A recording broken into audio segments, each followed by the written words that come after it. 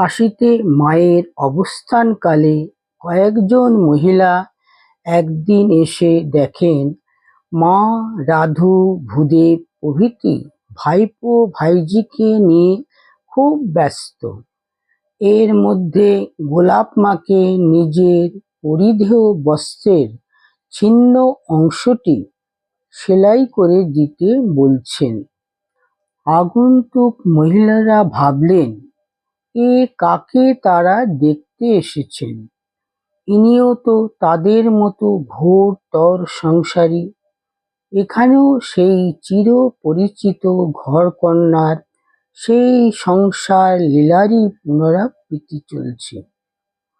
তাই তারা মাকে বলেই ফেললেন, মা, আপনিও দেখছি মায়ায় ঘোর বদ্ধ।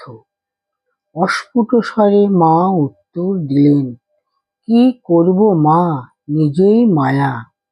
বলা বাহুল্য, আগন্তুক মহিলারা এই কথার তাৎপর্য অনুধাবন করতে পারেননি।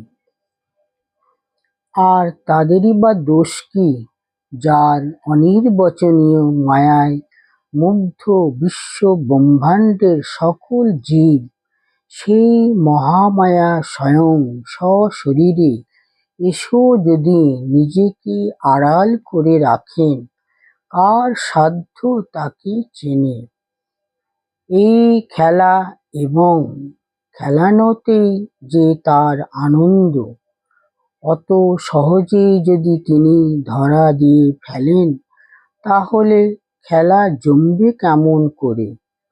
তাই কুটনো কুটে, বাসন মেজে, ঘর ঝাড় দিয়ে, ধান সিদ্ধ করে, ভাত রান্না করে, রুটি বেলে বাতের ব্যথায় অচল হয়ে দেখালেন তিনি মানবেই, এবং মানবের মধ্যেও আবার অতি সাধারণ।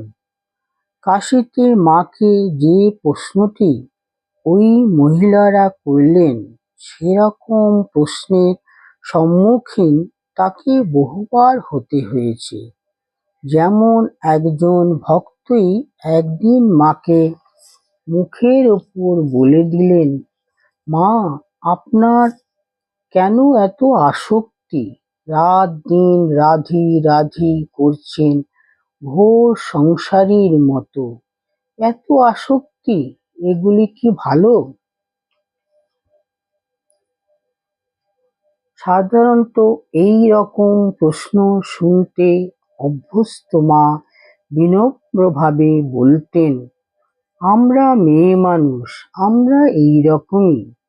সেদিন কিন্তু বিদ্যুৎ ঝলকের মতো একটি উত্তর তার কণ্ঠে ঝলসে উঠল।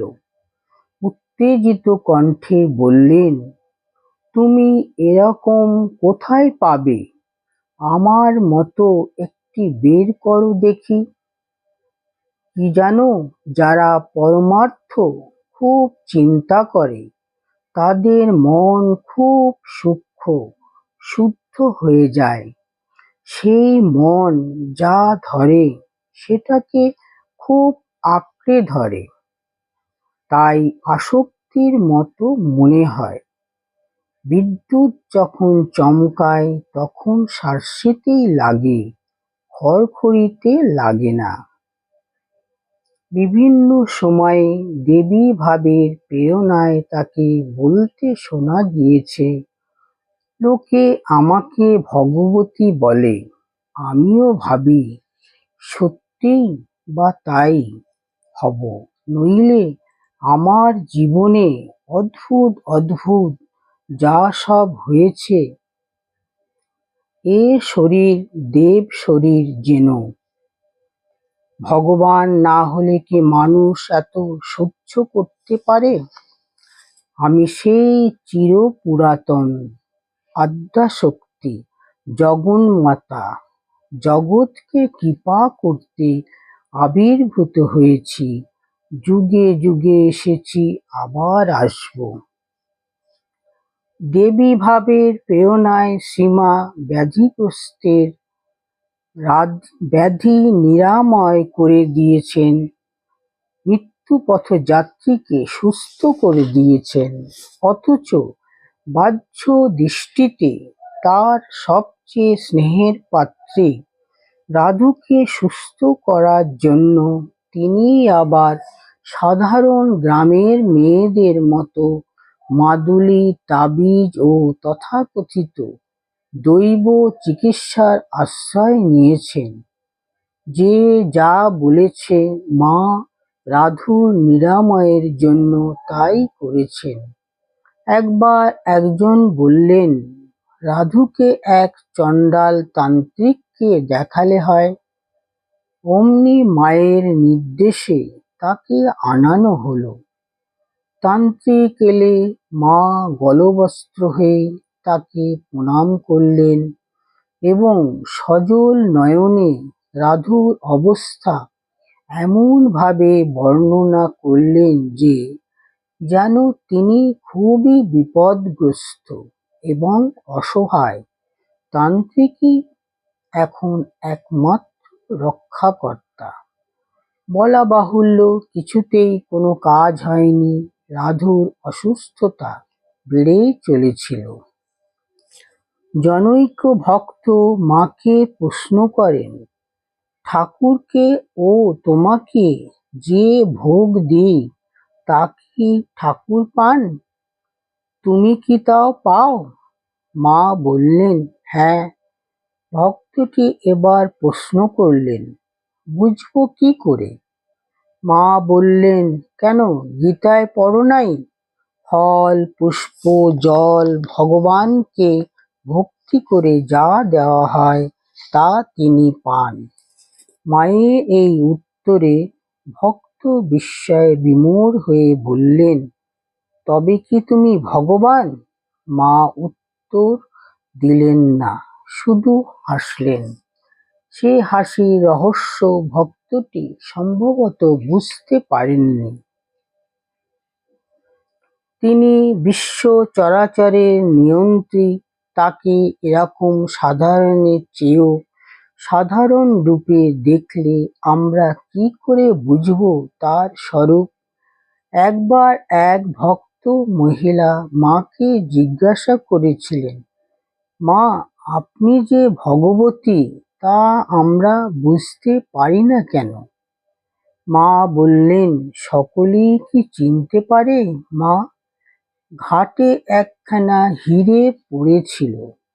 সবাই পাথর মনে করে তাতে পা ঘষে স্নান করে উঠে যেত। একদিন এক জহুরি সেই ঘাটে এসে দেখে চিনলে যে সেখানা এক প্রকাণ্ড মহামূল্য হীরা। মায়ের প্রিয় সন্তান স্বামী যোগানন্দের মৃত্যুতেও মা আকুলভাবে কেঁদেছিলেন। ঘটনার প্রত্যক্ষদর্শী ভগিনী নিবেদিতা লিখেছেন, যোগানন্দের মৃত্যু শ্রীমায়ের মনে দারুণ বেজেছিল। যখন দাহ করার জন্য তার দেহ নিয়ে যাওয়া হচ্ছিল তখন মনে হলো মায়ের বুক বুঝি ফেটে গেল। মৃত্যু কথাটি শ্রীমা যেন সইতে পারছিলেন না। এমনই মানবিক বেদনা। বললেন, জানি জানি সে আমার প্রভুর কাছে গেছে, সে কথা আমি জানি, কিন্তু সে যে আমার যোগিন, প্রভু তাকে কেড়ে নিলেন।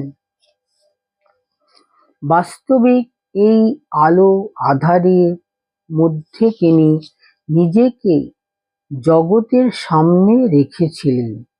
তাই দেবী অথবা মানবী, কি বলবো তাকে?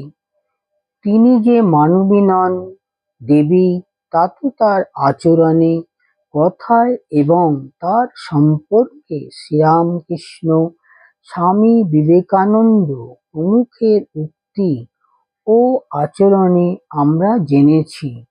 আবার তিনি যে মানবী, সুখে দুঃখে, ব্যাধিতে শোকে, সাংসারিক সমস্যায়, আসক্তি ও রঙ্গ রসিকতায় তার ভুরি ভুরি প্রমাণ পেয়েছি। তাহলে তিনি কি? তিনি দেবী, আবার তিনি মানবীয়। তিনি উভয়ই, আবার দেবী ও মানবীর মধ্যে ও বাইরে কিছু থাকলে তিনি তাও।